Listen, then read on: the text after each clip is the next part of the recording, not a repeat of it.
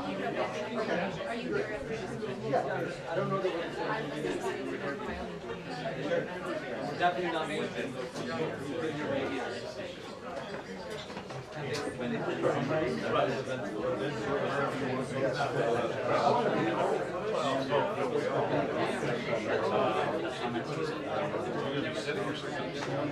Sit down, seated, right here. I will replace this, so I'll just tuck in. Okay.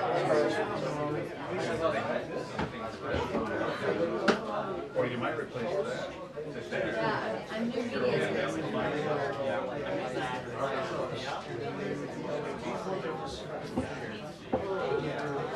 See, there's no reason meetings have to be here. Say again. There's no reason meetings has to be I here. have no idea what they are or who they belong to, so I'm going to agree with you.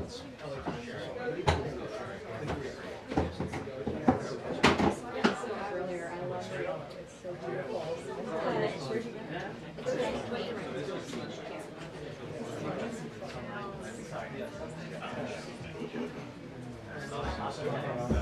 Oh, I'm great. Well done.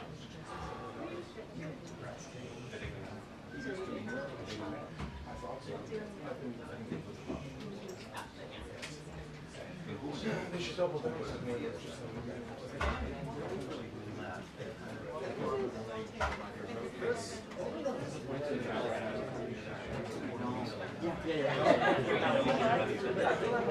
Sarah, how do we stand? Oh, yeah. Oh, I'm in free. Yeah, I work for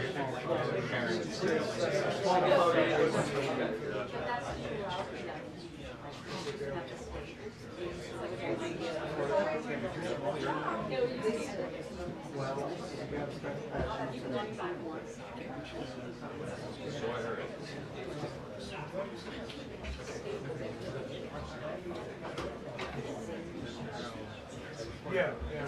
I think they just appointed you.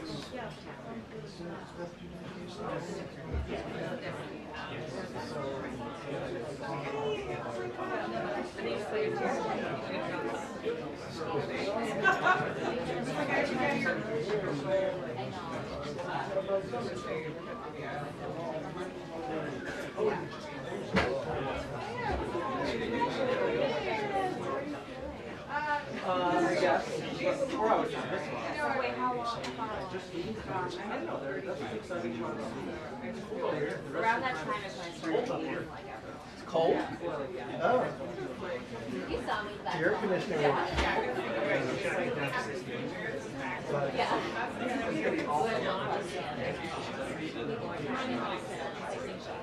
You're like, no, I don't need a bad rest.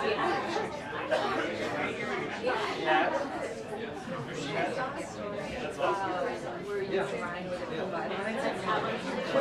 Is that really? That's it. It was adorable. I know. So I got us started.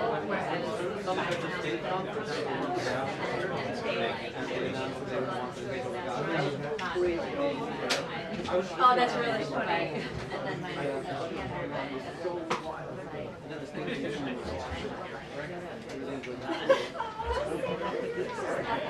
yeah,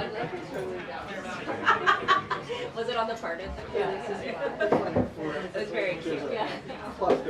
My husband and I will not go to my line together. I think that's one of the best.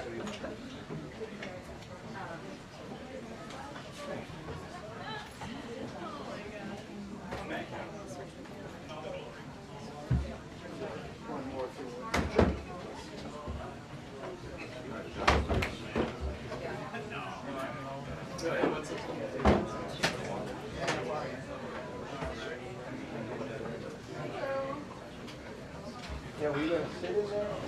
I am not. Yeah, I do.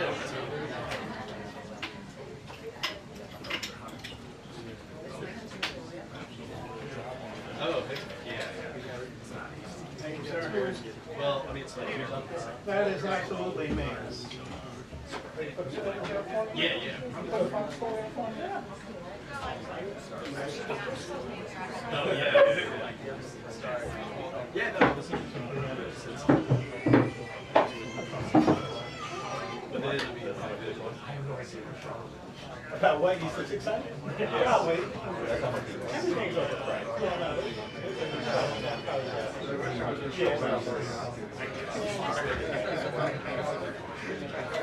Yeah, exactly. By the end of it, it's like, Yeah. I'm not. Not I guess Yeah, exactly. Yeah.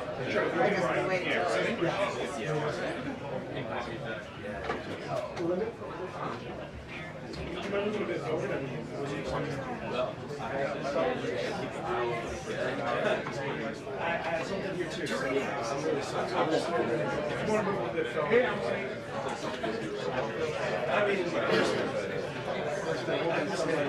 I know, but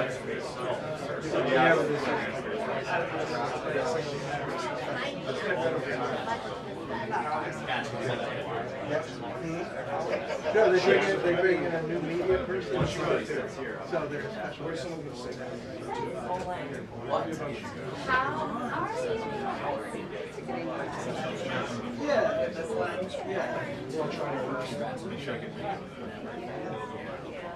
How's everything?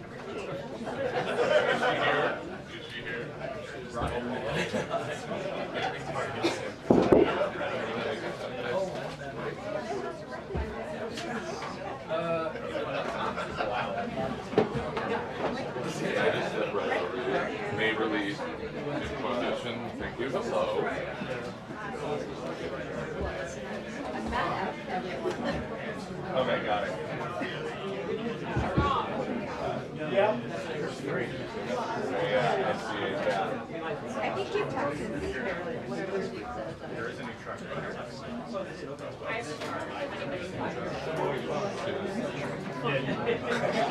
Sorry, one second. There was only a few more.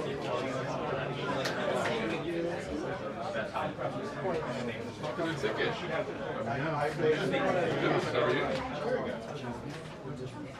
How are you? I've been missing you, but I haven't been missing you. And you know why? Yeah, I got it too. Well, it's a problem that we Very great. I'm good. Yep, I'm all set. No, I'm not saying that.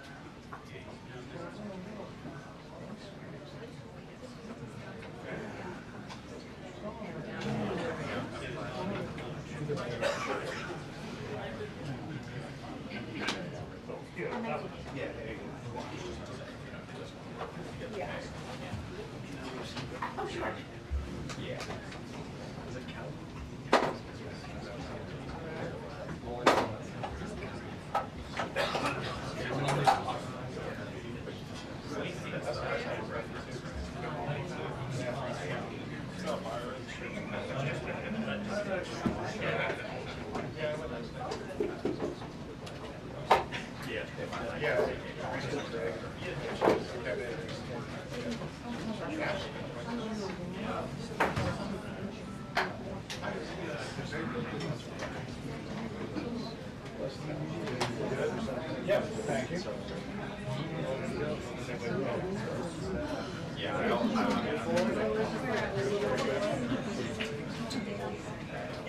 Exactly. Like I just I'm just, I mean, I love the good players. I'm so used to seeing that. But we could talk about it.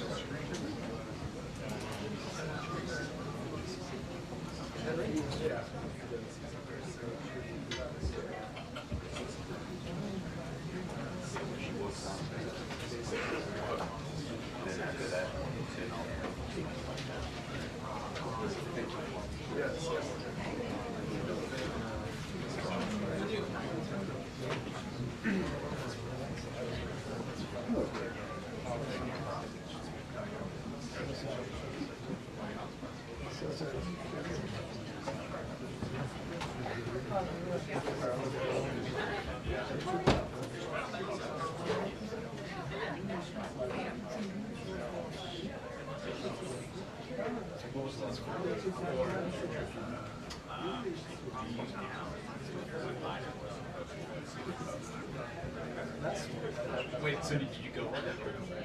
Oh, by yourself. So.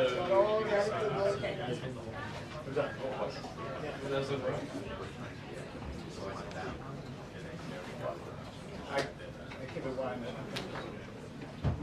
So I'm not going to go. Which I guess would be the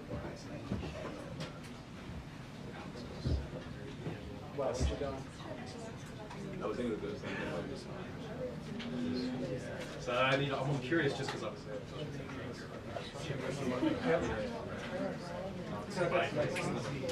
yeah.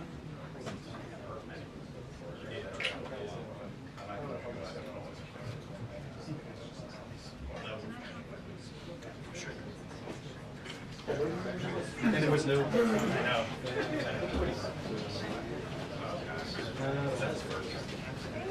Oh, we have light? The White House? That's what.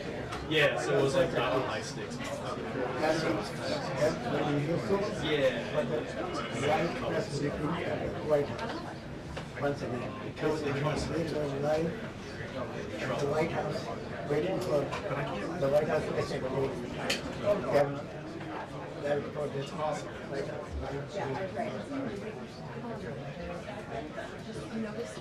Okay, bro. Basically said, John said he cannot consider that an emergency. And so we expect to hear the next steps about that. But just as we are coming to air, this is going to sound repetitive, but it's not. It just keeps happening. Another federal judge here in Washington, D.C. struck down, or at least blocked, some of the executive orders related to tariffs and China that President Trump signed around Liberation Day. And so now those are on hold too. So if you're keeping score at home, basically everything that they've been trying to do here has been determined by various federal judges throughout the country to be illegal in some way. And so they are really making the White House counsel's office earn their paychecks the last couple of weeks. We hope to hear what is next for these tariffs that are now the centerpiece of President Trump's economic agenda, if the tariffs might not be legal and if they wind up going away. How does that affect negotiations? Karoline Leavitt should tell us in a couple minutes. Also, what's next for Doge? We learned last night, once everybody got home, that Elon Musk was beginning the process of off-boarding, so he's not around anymore. We heard him complaining about the big beautiful bill because he didn't think that bills could be big or beautiful, kind of as something that he did not think was consistent with Doge cuts. But at least as far as we know, kind of an Irish goodbye for Elon Musk. He was one of the most visible faces of the administration to date, from January 20th until now, but it seems like he has gone out without a big send-off. Josh?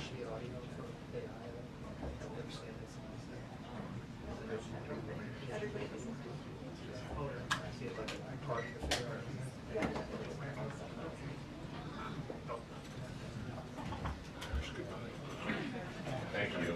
It's the only way. Do you think that's the last time you're here? No.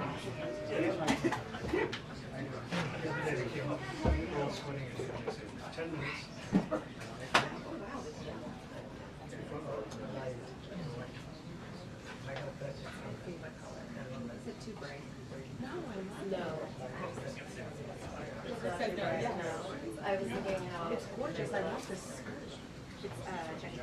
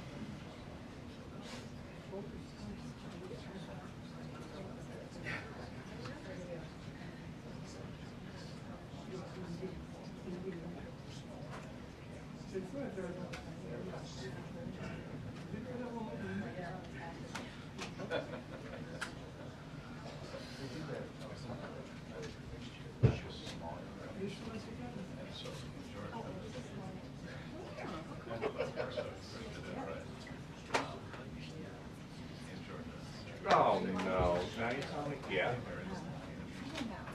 I mean, New Jersey.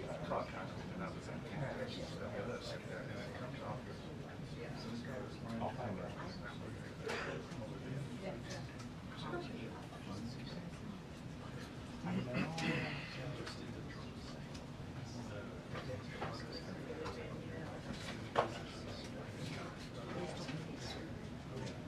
Oh, well, too late for that. That's fine. I mean,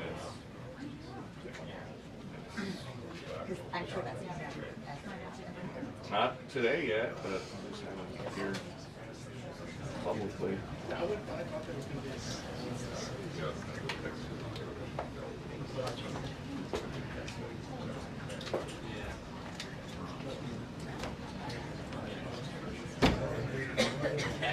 Just not that interesting.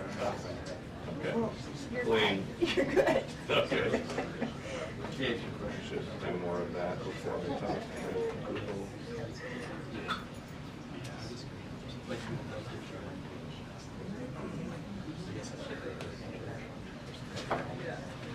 Yeah, that's all I did. I couldn't just do it.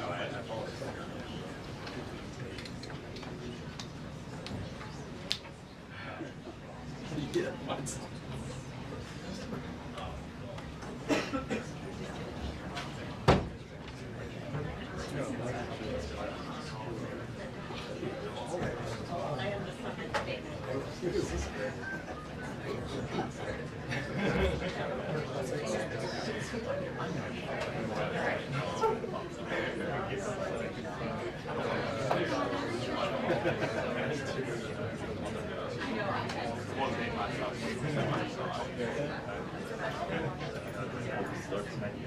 Yeah, right.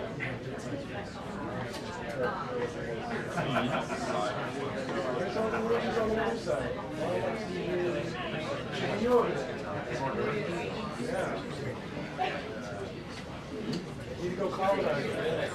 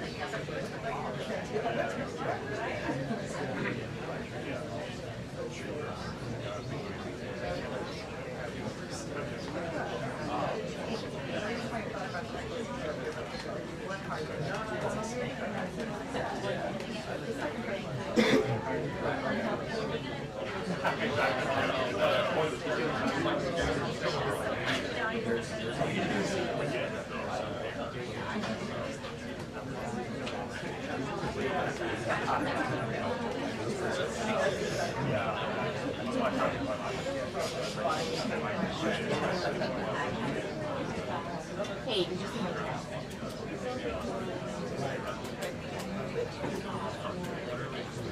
Of course, oh, the same one? Oh, okay. Did you look through the transcript?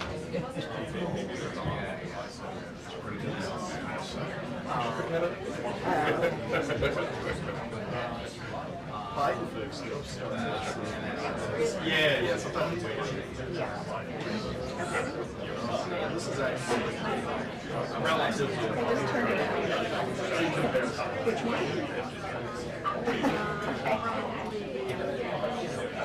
It's a little fewer. I mean, I don't know. Part of it's just Trump speaks. Maybe they took it out.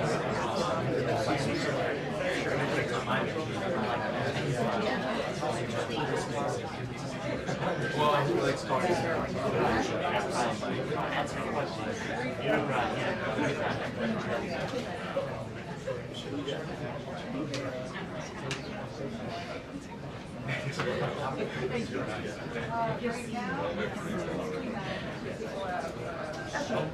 I just for the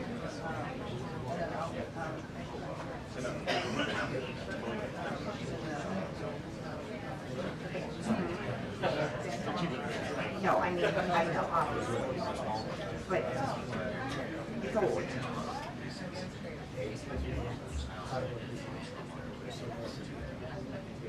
Yeah, okay.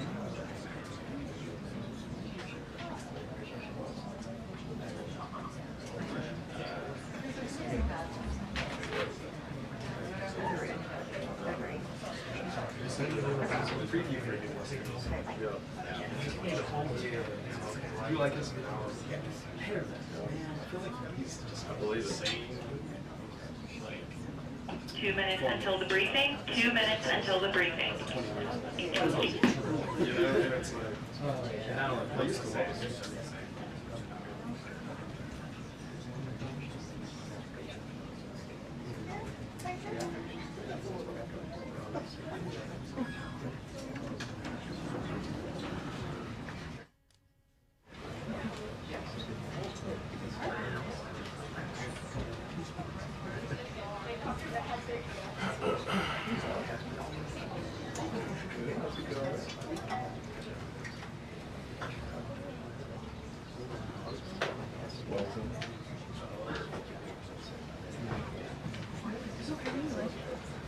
Great.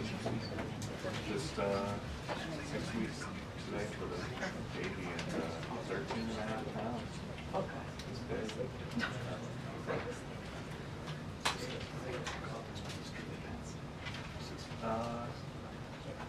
Well, I can't really say that my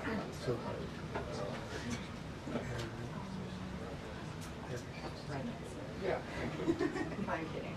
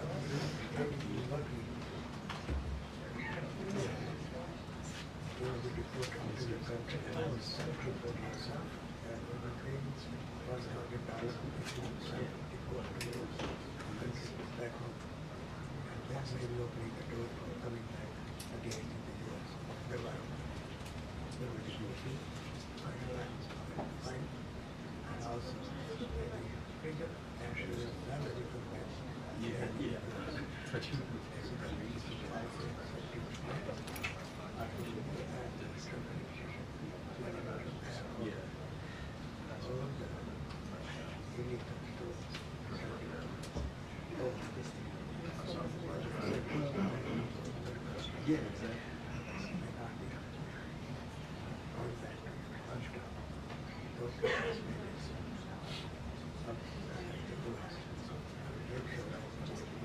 That's it.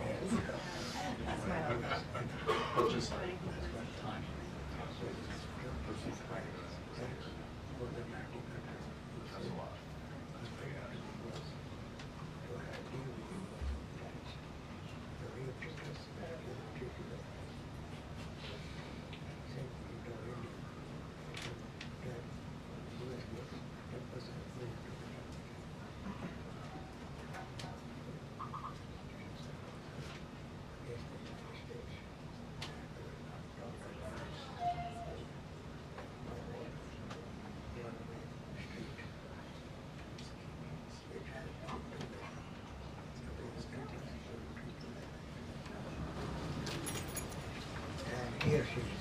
Hello, everybody. How are you? Wow, a packed room today. Last night, the Trump administration faced another example of judicial overreach. Using his full and proper legal authority, President Trump imposed universal tariffs and reciprocal tariffs on Liberation Day to address the extraordinary threat to our national security and economy posed by large and persistent annual U.S. goods trade deficits. The United States has run a trade deficit of goods every year since 1975. In 2024, our trade deficit in goods exceeded $1 trillion. Everybody agrees this is unacceptable. President Trump is delivering on his promise to fix this problem, and he has taken a long overdue and much needed bold stance for American workers after decades of our manufacturing base being hollowed out. The president's rationale for imposing these powerful tariffs was legally sound and grounded in common sense. President Trump correctly believes that America cannot function safely long-term if we are unable to scale advanced domestic manufacturing capacity, have our own secure critical supply chains, and our defense industrial base is dependent on foreign adversaries. 3 judges of the U.S. Court of International Trade disagreed and brazenly abused their judicial power to usurp the authority of President Trump to stop him from carrying out the mandate that the American people gave him. These judges failed to acknowledge that the President of the United States has core foreign affairs powers and authority given to him by Congress to protect the United States economy and national security. Congress had created the National Emergency Act to provide the congressional framework to strike down improper IEEPA use. And any questions over whether President Trump improperly imposed these IEEPA tariffs were already adjudicated in Congress following Liberation Day. Congress firmly rejected an effort led by Senator Rand Paul and Democrats to terminate the president's reciprocal tariffs. The courts should have no role here. There is a troubling and dangerous trend of unelected judges inserting themselves into the presidential decision-making process. America cannot function if President Trump, or any other president for that matter, has their sensitive diplomatic or trade negotiations railroaded by activist judges. President Trump is in the process of rebalancing America's trading agreements with the entire world, bringing tens of billions of dollars in tariff revenues to our country, and finally ending the United States of America from being ripped off. These judges are threatening to undermine the credibility of the United States on the world stage. The administration has already filed an emergency motion for a stay pending appeal and an immediate administrative stay to strike down this egregious decision. But ultimately, the Supreme Court must put an end to this for the sake of our Constitution and our country. With Congress returning next week, it's critical that Senate Republicans maintain the momentum and quickly pass the One Big Beautiful Bill. The One Big Beautiful Bill will truly make America safe and prosperous.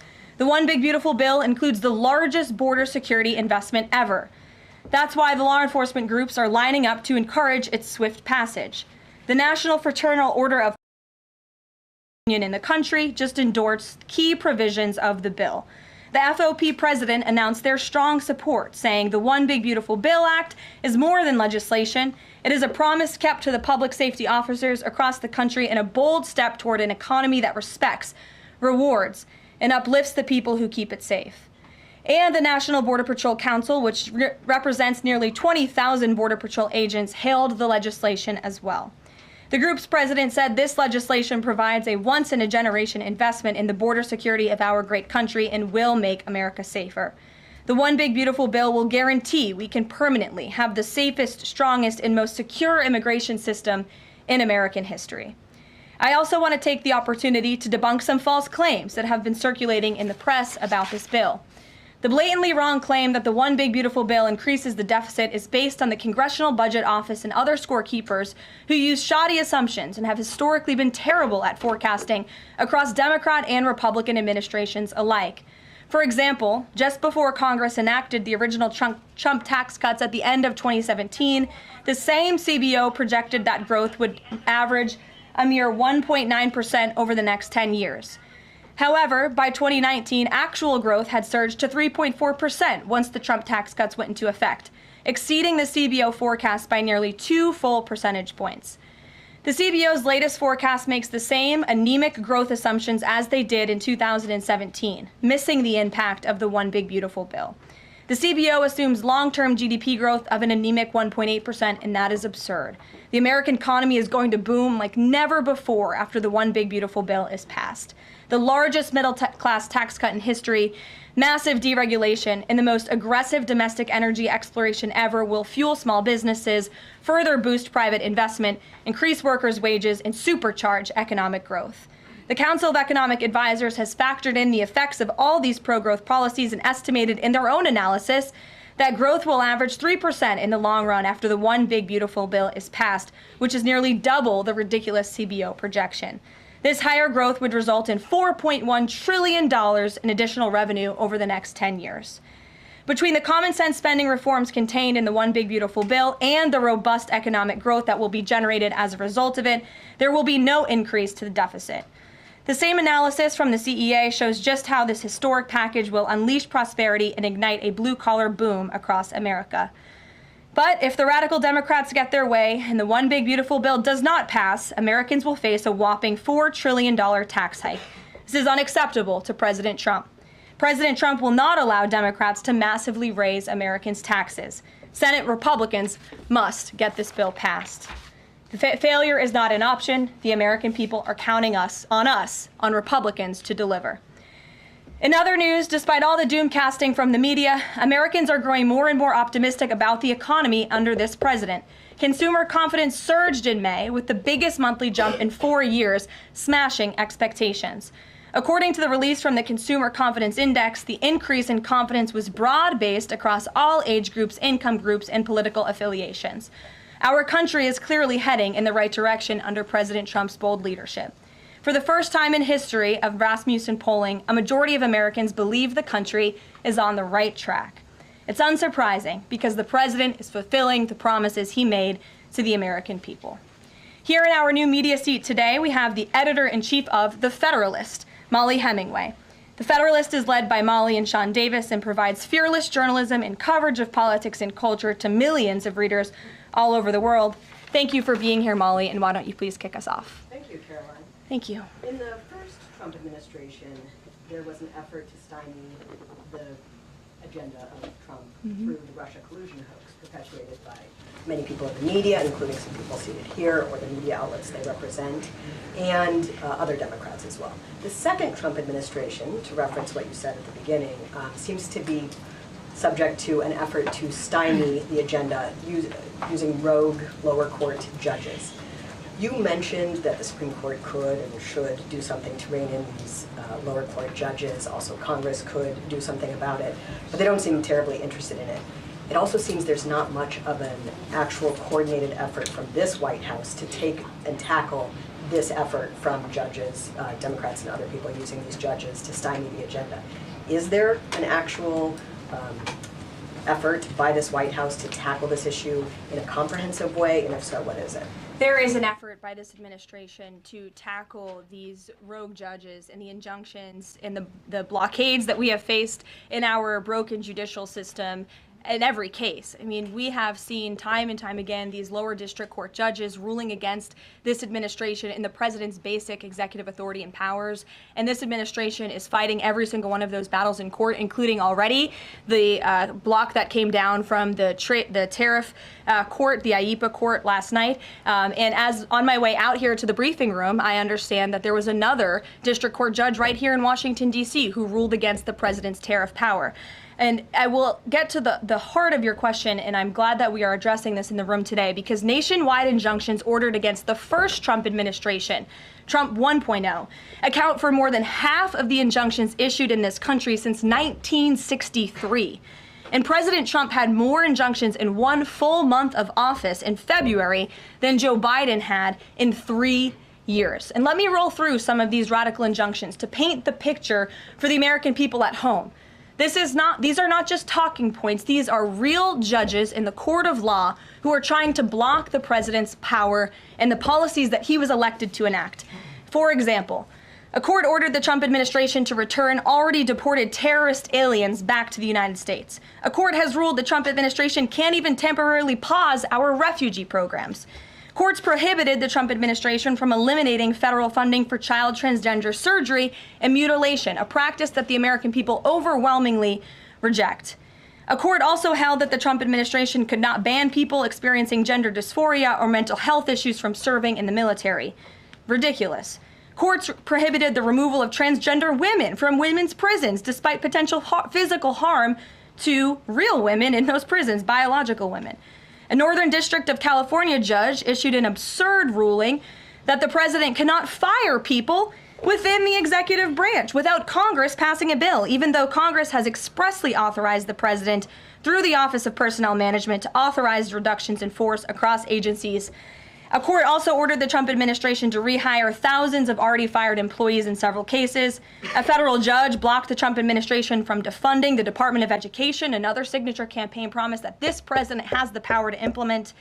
Courts ordered the Trump administration could not eliminate funding for illegal DEI programs, hence the word illegal. These are illegal programs to begin with, and now the courts are trying to say this president can't roll them back.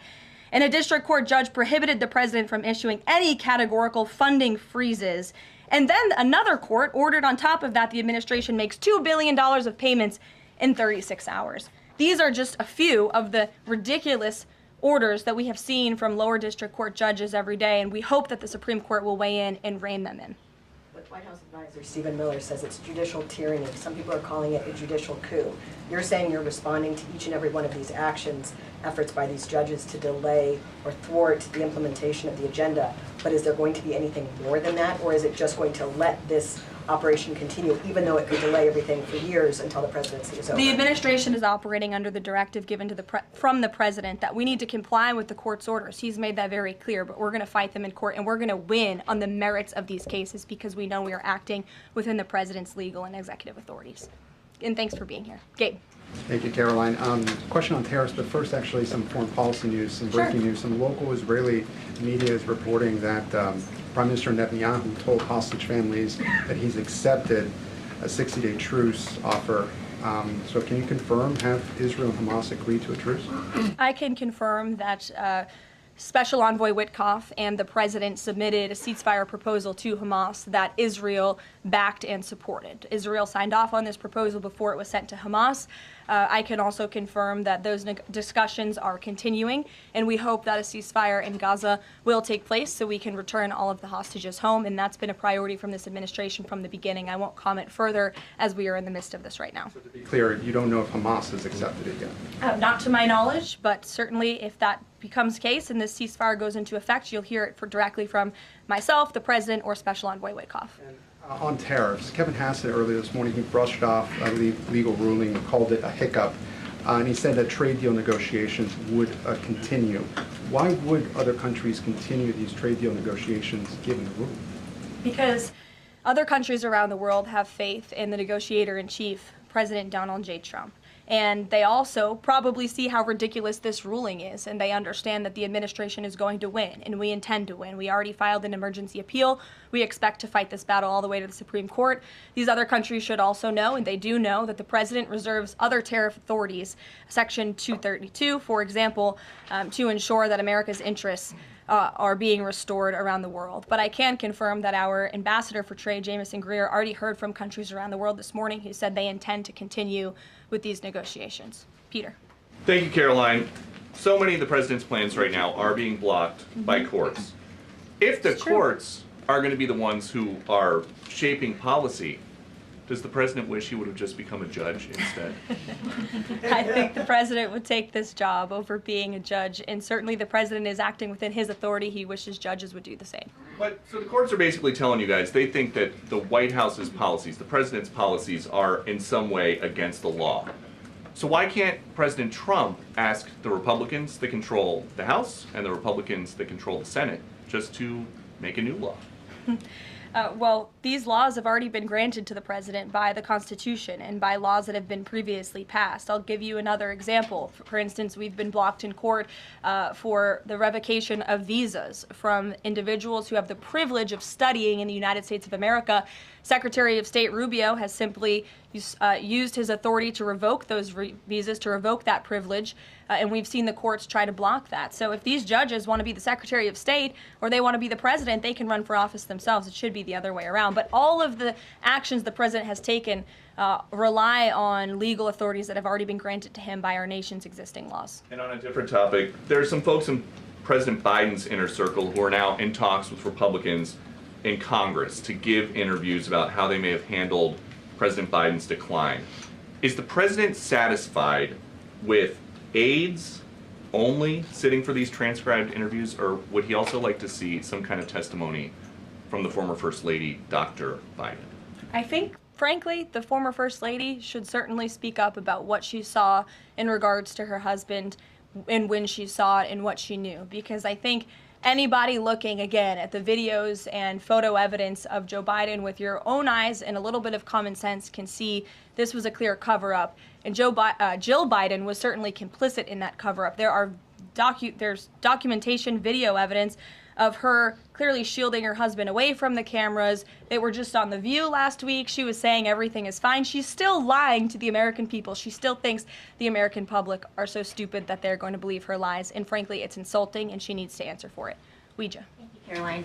President Trump was asked what he thought about Elon Musk's claim that the big, beautiful bill increases the budget deficit and undermines the work of DOJ. And the president didn't actually comment on those remarks. He just talked about the need to support the bill. So what does the president think about what Elon Musk said?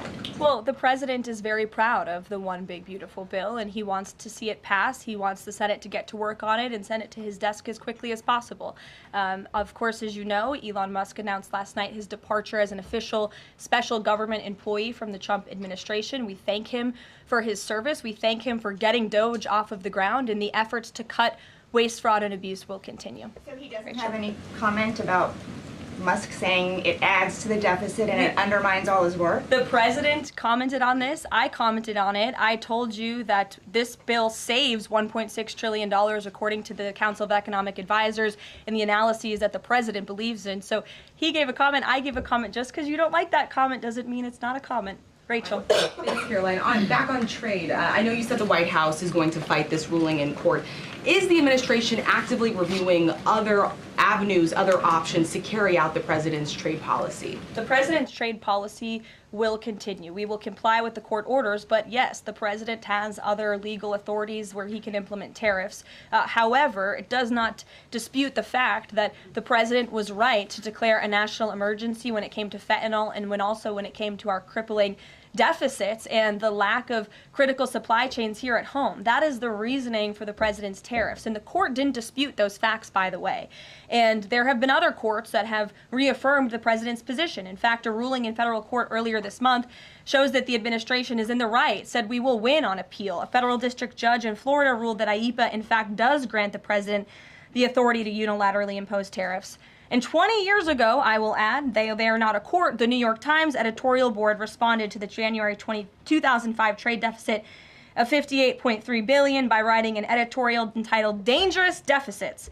And since then, our trade deficit has more than doubled. The U.S. trade deficit in January totaled a whopping $131.4 billion. So people on both sides of the aisle, pundits, lawyers, legal scholars, politicians have all agreed that it is a national emergency, our trade deficits and our lack of critical supply chains here at home. It's just President Trump was the first president to actually act on it, to restore that wealth and that prosperity to the United States of America. And it's very unfortunate that the courts are now blocking his attempts to do that. Has the administration then reached the point where you are actually asking your economic advisors to start reviewing other avenues to implement the president's trade policy, or do you want to just see this legal process take place for now? We can walk and chew gum at the same time. We are doing both. Josh. The Fed says the president met with the Fed chair earlier today. I'm wondering if you can give us any readout of that meeting. The Fed also says that they discussed the economy. I imagine the president might have shared views on rates as well, but what can you share with us? I can share with you that we saw, the president and I both saw the statement that the Fed put out after the meeting. That statement is correct. However, the president did say that he believes the Fed chair is making a mistake by not lowering interest rates, which is putting us at an economic disadvantage to China and other countries. And the president's been very vocal about that, both publicly and now I can reveal privately as well. Did he speak at all about his plans for that position, but whether he would seek to move Jay Powell out of that position or keep him in until his term ends? No. Okay. Ask very quickly on the tariff question. You mentioned Section 232 earlier. Are you suggesting that you might sort of speed up some of the existing 232 investigations? Or are you talking potentially using 232 as a replacement power if this ruling doesn't go your way? Of course, you hope it does. I'm not suggesting that. I'm just simply stating the fact that the president has other legal authorities he can use to implement tariffs, and the administration is willing to use those. As you know, we already have applied Section 232 tariffs on specific industries. Thank you. Yep, thank you. President Trump said that he needed 1.5 to 2 weeks to determine whether or not he believed Vladimir Putin wanted peace. He has been in office now for 4 months. What does he believe is going to happen in the next 1.5 to 2 weeks that would change his opinion? Well, it is my understanding and it is our hope that Russia and Ukraine will engage in direct talks and negotiations next week in Istanbul, and we believe that meeting is going to take place, and that is a meeting the president encouraged and urged for these two sides to come together and negotiate directly. And the president has been clear from the very beginning of this conflict that he wants to see this conflict solved on the negotiating table, not on the battlefield, and he's told that to both leaders, again, both publicly and privately. So hopefully next week it will move the ball forward in this. Is going to participate in those conversations? We will let you know if the president plans to send a representative. I'm not tracking that at this time. Kelly in the back. Thanks, Caroline. Sure. I wanted to just clarify once and for all the Qatari jet, the sale or the gift, because the Qatari government is asking the U.S. to clarify that the jet's pending transfer was initiated by the Trump administration. So is this something that the White House is going to do? The amount of questions we've received, and we've been incredibly clear, and I have answered this, the president has answered this, the Department of Defense has answered this. This is a government-to-government gift transfer from the Qataris to the Department of Defense, to the United States Air Force. It is now in their hands, and for further details on where that stands, I would defer you to the Department of Defense and the United States Air Force. I have nothing more for you on that. Deanna. Thanks, Caroline. 2 questions, one on Big Beautiful Bill, one on immigration. Sure. Yesterday, Trump said, we will be negotiating that bill, and I'm not happy about certain aspects of it, but I'm thrilled by other aspects of it. Wondering if you could, share any specifics on that. And in immigration, do you know how many illegal migrants have taken Trump's voucher program so far and have deported themselves? I believe it's in the thousands of those who have chosen the easier route of self-deportation, and we certainly encourage all illegal aliens who are present within our homeland to take that option. It's a much more pleasant option than being deported, and we will deport you if you're here illegally. That's our intention. As for the first question, what the president was speaking about is how this is a great bill. However, it has come as a result of a hard negotiation. It's difficult to get things done on Capitol Hill, but thanks to President Trump, this bill is moving in the right direction. And thanks to House Republicans and the leadership over there as well, who did a great job mediating both sides of the caucus to move this bill to the Senate. And now the president, again, has told his friends on the Senate side and is already engaged in those conversations to get that bill back to his desk as soon as possible. Sure. Has this administration been briefed about the incident that happened in Gaza on Tuesday during the rollout of the Gaza Humanitarian Foundation distribution of aid to Palestinians there? And should there be a ceasefire, will this administration continue to rely on this foundation for the distribution of aid to civilians? are you referring, what incident are you referring to? Tuesday, When the aid was rolled out to Gaza for the first time in many months, and meals and food was given to hungry people thanks to President Trump. Yes, we were briefed on that plan. The president was the reason that that aid went into Gaza, and he got the Israelis to support that plan. And I would add that the previous administration rejected such a plan to ensure that these starving and devastated people in the Gaza Strip were given humanitarian aid and assistance. And it was the previous administration that tried to build this pier, if you all remember it. It was brought to my attention this morning, and I thought that's a good point. Why don't I bring that up? Because there's been so much criticism. In fact, it was on the front page of a newspaper this morning about the criticism for this president having a humanitarian heart and giving people badly needed food and supplies. Nobody wanted to talk about how the previous administration failed in that endeavor. They built this pier that cost $230 million. It lasted about 20 days, and more than 60 U.S. service members were injured, as a part of this floating aid pier that did nothing for the people of Gaza. The president is opening up his humanitarian heart to get aid into the region while his team simultaneously negotiates a ceasefire and the return of all hostages. We are moving the ball forward in a positive direction for all people. The president wants to see peace for all people. Jasmine. Thanks so much, Caroline. A notice investigation found that the Hallmark Maha Commission report that was released last week cites studies that appear to not exist. We know that because in part we reached out to some of the listed authors who said that they didn't write the studies cited. So I want to ask, does the White House have confidence that the information coming from HHS can be trusted? Yes, we have complete confidence in Secretary Kennedy and his team at HHS. I understand there were some formatting issues with the Maha report that are being addressed, and the report will be updated, but it does not negate the substance of the report, which, as you know, is one of the most transformative health reports that has ever been released by the federal government and is backed on good science that has never been recognized by the federal government. Follow-up, can you talk about what tools or research goes into production of these kinds of reports? For instance, is it AI that's used to put together these reports now? I can't speak to that. I would defer you to the Department of Health and Human Services. What I know is just what I told you. Lindsay. Many small businesses that we've talked to since the tariffs have been in place have said what would really help them is a long-term plan so that they can catch up. In light of what's happened now, this trade war with the courts, how will that impact this 90-day window? Will you guys be adjusting that? And how can you help relieve some of these small businesses? Well, I would say nobody understands the needs of business owners, and nobody has the backs of our small business community more than President Donald J. Trump. He believes, I've heard him talk about this with small business owners himself, that small businesses are truly the backbone of our American economy. And that's why the president is supporting the One Big Beautiful Bill. So for those you spoke to who are asking for a long-term plan, big tax cuts are coming their way. No tax on tips, no tax on overtime for their workers, more money in their pockets.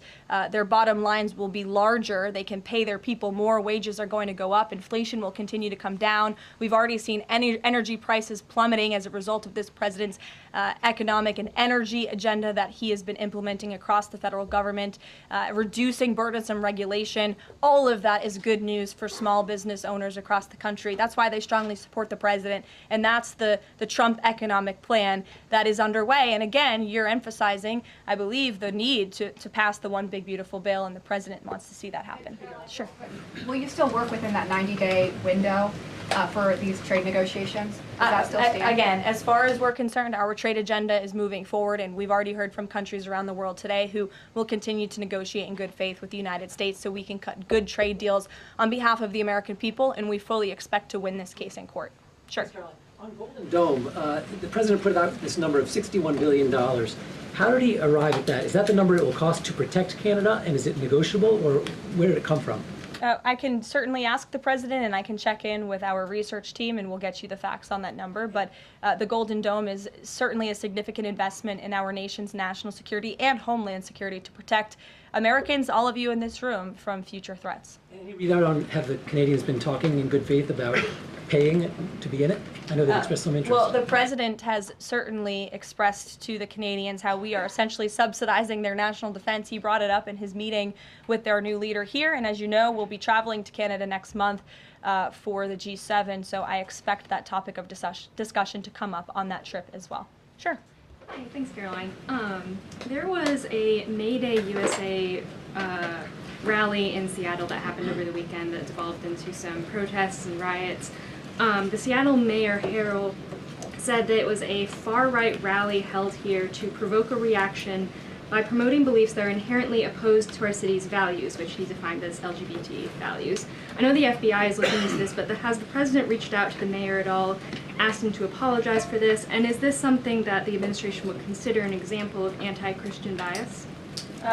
I'm not aware of that case. I know the FBI is looking into it, but I'm not aware of any phone calls the president may or may not have made to the mayor of that city. And then on Doge, we know that Elon Musk is leaving. Do you have an updated leadership structure for who is leading the group? Is Russ Vought involved? And what is its new mission now, if any? Well, the entire cabinet is involved, and I spoke to the president about it this morning, and the entire cabinet understands the need to cut government waste, fraud, and abuse, and each cabinet secretary at their respective agencies is committed to that. That's why they were working hand in hand with Elon Musk, and they'll continue to work with the respective Doge employees who have onboarded as political appointees at all of these agencies. So surely the mission of Doge will continue, and many Doge employees are now political appointees and employees of our government, and to the best of my knowledge, all of them intend to stay and continue this important work. Is there a Doge leader taking the place of Mr. Musk? Well, again, the Doge leaders are each and every member of the president's cabinet and the president himself, who is wholeheartedly committed to cutting waste, fraud, and abuse from our government. Michael.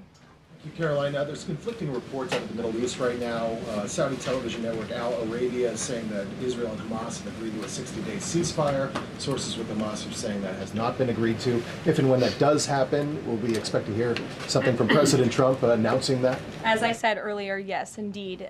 If there is an announcement to be made, it will come from the White House, the president, myself, or Special Envoy Witkoff. Caroline, one big beautiful bill. The president says he's not happy with all aspects of it. What changes would he like to see be made, and can this bill be both big and beautiful?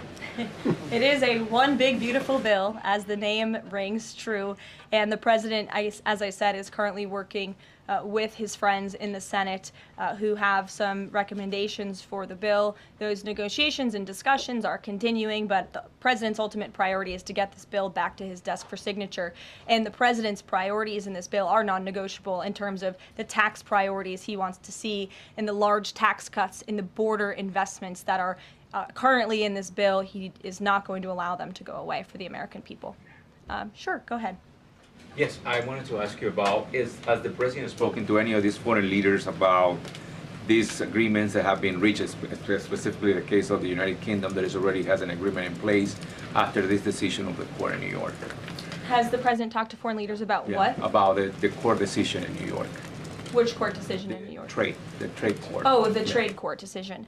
He did speak to the leader of Japan this morning, and he said that was a very good call and a good discussion. And as I said, the president's cabinet, Secretary Lutnick, Secretary Bessent, and Ambassador Jameson Greer have all been in touch with their counterparts in countries around the world to let them know the United States will still be at the negotiating table, and we still expect countries around the world to treat us fairly. Again, I will just close by saying that how ridiculous it is that we've been ripped off, our middle class has been hollowed out, our manufacturing base has left and gone overseas, jobs have been offshored, and now no court did anything about that. No court did anything about hundreds of thousands of people being put out of work, about thousands of factories being closed down, about our deficits going to dangerous levels, as the New York Times has said.